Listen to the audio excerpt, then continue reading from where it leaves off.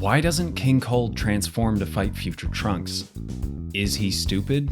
First, I want to dispel the notion that Cold is already in his final form. Unlike most transformations in Dragon Ball, which increase a user's base power level, members of Frieza's race use transformations to suppress their already high base powers to a manageable level. These forms sit in contrast to Golden and Black Frieza, and Cooler's fifth form if you count that, which stack on top of their base forms. Given how similar Cold and Frieza look in their second forms, it's extremely unlikely that they differ so fundamentally on a biological level, especially if they reproduce asexually. But I think it's far more likely that Cold chose not to transform.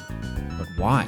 Unlike Frieza, who at least gets some thrill out of hand-to-hand combat and being out in the field with his troops, Cold is the kind of guy who just sits around and drinks wine all day. He hands over the keys to the Imperial Army the moment it becomes convenient, and his first suggestion for dealing with Earth is to blow it up from space. We know his family isn't the type to train regularly, and over decades, this lifestyle may have eroded his ability to control his higher forms, to the point that they're actually worse in combat situations. It wouldn't be the first time in Dragon Ball that transforming for raw power was a bad idea. He also correctly assumes that Trunks isn't going to just sit there and wait for him to transform, especially if he needs extra time to reach 100%. But I think the real reason is that he simply believed his sword trick would work.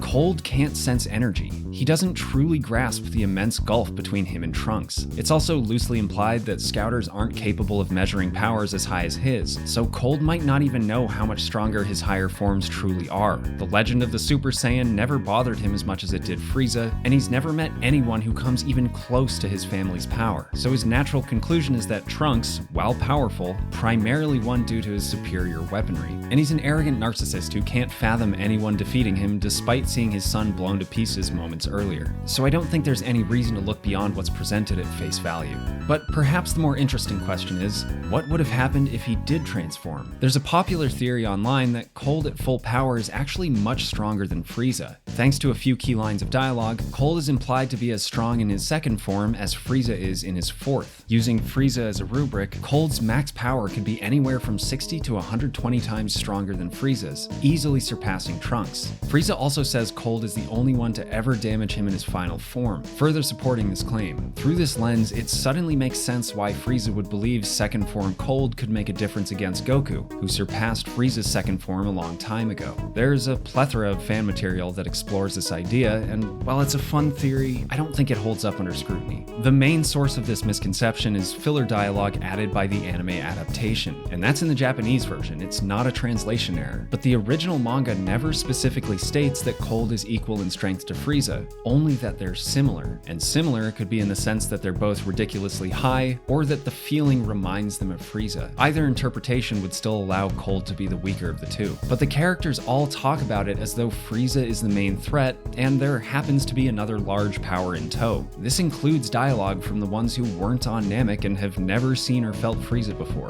Gohan also says Frieza isn't at full power, so any comparison to Cold in the moment is at best unreliable. The evidence for this theory also has other issues. For one thing, Frieza taking minor damage from Cold only tells us that they, at one time, were vaguely comparable, but not much else. Frieza could have been a child, and Cold could have been in his fourth form as well. And if you think Frieza bringing along a much weaker ally wouldn't make a difference, let me remind you that this exact scenario played out against Goku when Jace created a diversion that allowed Ginyu to gain the upper hand in their fight. Of course, there are limits to the power of teamwork since we know Goku defeated both Frieza and Cold in the original timeline, but it's still the best tactical decision at your disposal when fighting stronger opponents. Frieza also incorrectly believes that his new cyborg form is enough to beat Goku on his own, so any additional help from his father would just be to assure his victory. But the biggest reason Frieza must be stronger than Cold is that narratively, it wouldn't make any sense the other way around. For the entire Namek arc, everyone behaves as though Frieza is the strongest in the universe. Vegeta believes killing Frieza will crown him the new de facto Sultan of Space, and multiple villains suggest teaming up to dethrone Frieza. They're obviously lying about helping Vegeta, but if Cold were several orders of magnitude stronger than Frieza, this offer wouldn't make sense. But if Cold is in fact weaker, then whoever beats Frieza is transitively strong enough to beat Cold, effectively making his existence a non-issue. which is exactly what we witnessed in the main story, and the ways in which Trunks deals with each of them makes this more obvious. Frieza even says he's the strongest in the universe and Cold doesn't correct him. So once again, I think taking the story at face value just makes more sense. Now you could argue Cold and his inner circle kept his true power a secret, much like they did his family's transformations. But I think from a storytelling perspective, it would be pretty silly to undermine the entire previous arc by immediately retconning an even stronger enemy into existence.